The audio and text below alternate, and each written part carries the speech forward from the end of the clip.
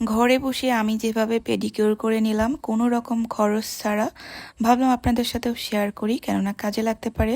আমরা অনেকেই আছি সময়ের অভাবে যেতে পারি না বাইরে, বা দেখা যায় বাইরের পেডিকিউরের খরচও অনেক বেশি পড়ে। যাই হোক, সব মিলায় আর কি আমি ঘরেই করে নিয়েছি আর কি।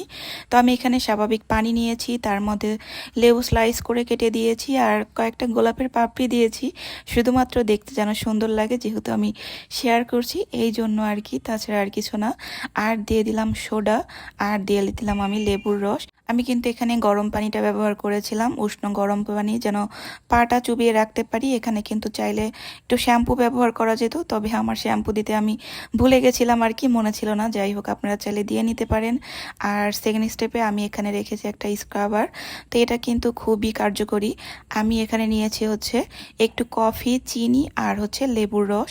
যাদের ঘরে কফির ব্যবহার হয় না তারা চাইলে কিন্তু বাইরের যে মিনি প্যাক 5 টাকা করে কফি পাওয়া যায় সেটা দিয়েও কিন্তু কাজটা করতে পারবেন, কোনো সমস্যা নেই। তো আমি এখন এটা হচ্ছে ভালো করে পায়ের মধ্যে কিন্তু মাসাজ করব। এটা একটু সময় নিয়ে আলতোভাবে মাসাজ করলেই কিন্তু হবে, যেহেতু হালকা উষ্ণ গরম পানিতে পাটা ভিজিয়ে রাখা ছিল প্রায় 10 মিনিটের মতো, যেটার কারণে হয়েছে কি যে আলগা ময়লাগুলো সেটা কিন্তু খুব সহজে এই স্ক্রাবার করার কারণে কিন্তু উঠে যাবে। তো আমি ভালো করে কিন্তু এটা হচ্ছে মাসাজ করে নিয়েছি, তারপরে আমি ওয়াশও করে নিয়েছি। আর এই পায়ের গোড়ালিটা আমি এখন এই পাথরটা দিয়ে ঘষে পরিষ্কার করে নিব।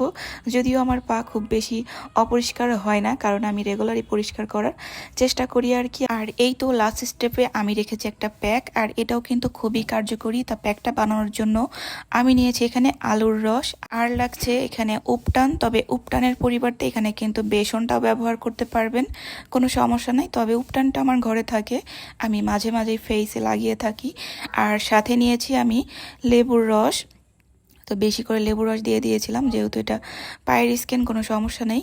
তো আগে থেকে হচ্ছে আমি একটা নেল কাটার দিয়ে নেলটা সুন্দর করে আমি আমার পছন্দ মতো কেটে নিয়েছি। তারপরে এই তো দুই পায়ের মধ্যে কিন্তু একদম গাঢ় করে প্যাকটা লাগিয়ে নিয়েছি। আর এই তো প্যাকটা লাগিয়ে আমি হচ্ছে এখন ওয়েট করতে থাকবো আর কি, এটা শুকানো না পর্যন্ত।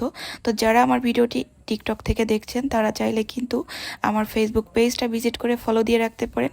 আমি আমার পেজে অ্যাক্টিভ থাকতে বেশি পছন্দ করি। আমার পেজটা যেহেতু নতুন তাই কোনো গ্রোথ নেই। যাই হোক, তো আমি পাটা কিন্তু ওয়াশ করে নিয়েছি, আর এই তো ইনস্ট্যান্ট গ্লো দেখা যাচ্ছে। আর এটা কিন্তু চাইলে আপনারা সপ্তাহে একবার করে করে নিতে পারেন, খুবই ভালো।